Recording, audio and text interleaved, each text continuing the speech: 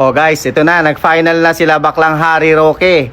Ang rally na lang nila daw is November 16 and 17 kasi hindi kakayanin ng budget. Yung sa Iglesia ni Cristo, wala pa pong finalize dahil ayaw daw nilang sumigaw ng BBM resign. So, ang gusto lang nila mangyari ay magkaroon ng peaceful rally. Yun lang. Nagbago ng plano ang Iglesia ni Cristo. Prayer Rally for Transparency ang tawag nila, and accountability yata. Yun ang tawag nila sa rally. Yung ginagawa nila sa KOJC, hindi nila magagawa yan sa Iglesia ni Cristo. Para silang nagtampo sa bigas. Tingin mo ba, kunyari, totoo ngayon yung Iglesia ni Cristo na nawagan si Miguel? Kaya silang ipasar rin, katulad ng KOJC? Hindi. Dahil ibig sabihin ang kaya lang ni BBM, KOJC lang, gano'n? Oo. At si BP Sara. Subukan nila tanggalan ng security ang Iglesia ni Cristo. Subukan nila bawasan ng security yung Iglesia ni Cristo. Para sa BBM? Di ba? Tuwag ka. Ha? Yung ginawa mo sa KOGC at saka dyan kay BP Sara, hindi mo kayang gawin sa Iglesia ni Cristo.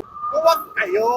Po tayo, sama-sama po tayong manawagan para sa pagbaba ni Pangulong Bongbong Marcos. Hipokrito talaga ang iglesia ng mga Manalo, oy, walang peaceful rally na paglabag sa gobyernong maayos. Peaceful ba ang pagpapatalsik o pag-aangal sa isang walang kasalanan na leader? Kayong mga iglesia ni Manalo, mga hipokrito kayo. Ang pag-aalsa o pagkukontra o pagrarally laban sa matuwid na pangulo o gobyerno, lalo na kung ang layunin ay mapalitan ng gusto nilang iupo na mapagmura at promote ang impyerno ay isang katampalasan sa Diyos, Jesus. Kunwari pa, yung sabi nilang peace rally nila, ay di raw pamumulitika. Ang pag-rally na patungkol sa pagkontra sa matuwid na pangulo, di ba pamumulitika? Yan umakyat si Senador Marcolete sa stage, puro pamumulitika ang sinisigaw. Di pa raw nila ma-finalize kung sasali sa rally, kamo di pa ma-finalize kasi di pa ata magkasundo sa bayaran, katangahan, at ubili raw na di sumama kasi gusto raw walang sigawan na PBBM resign. Bakit? Ano ba ang pupuntahan nyo, kainan? O prayer rally? Oy, walang prayer rally na para patulsikin ng matuwid na pangulo, labag sa Diyos, Jesus yan. Baka mangyari sa Maynila ang mga nangyayari sa Cebu, kasi yung prayer rally ng Maisag Rally ay pagpapatalsik ng matuwid na pangulo, minimizuse nyo ang pangalan ng Diyos, Jesus. Ito iwas pusoy pa sila, ayaw masangkot sa inciting to sedition na rally, pinamagatan nila ang rally nila na, Prayer Rally for Transparency and Accountability raw. Kahit anong ipamagat nyo ng rally nyo, kung isinabay nyo yan sa destabilization o pagpapatalsik sa Pangulo, sangkot pa rin kayo, ang daming araw pero isinabay, o nakihalo o nakiisa kayo sa mga araw ng rally ng lantaran sinasabi na pagpapatalsik kay PBBM.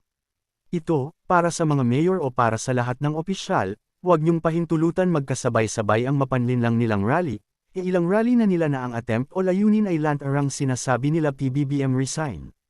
Ang masasabi ko sa mga mapagkunwari, na kung ano-ano na lang pinapamagat sa rally nila na ang layunin raw ikabubuti ng gobyerno, oy, pagsabihan nyo na lang ang mga kaalyado ng Puunyong si Duterte para wala ng paghihirap o kaguluhan o sunod-sunod na rally sa Pilipinas.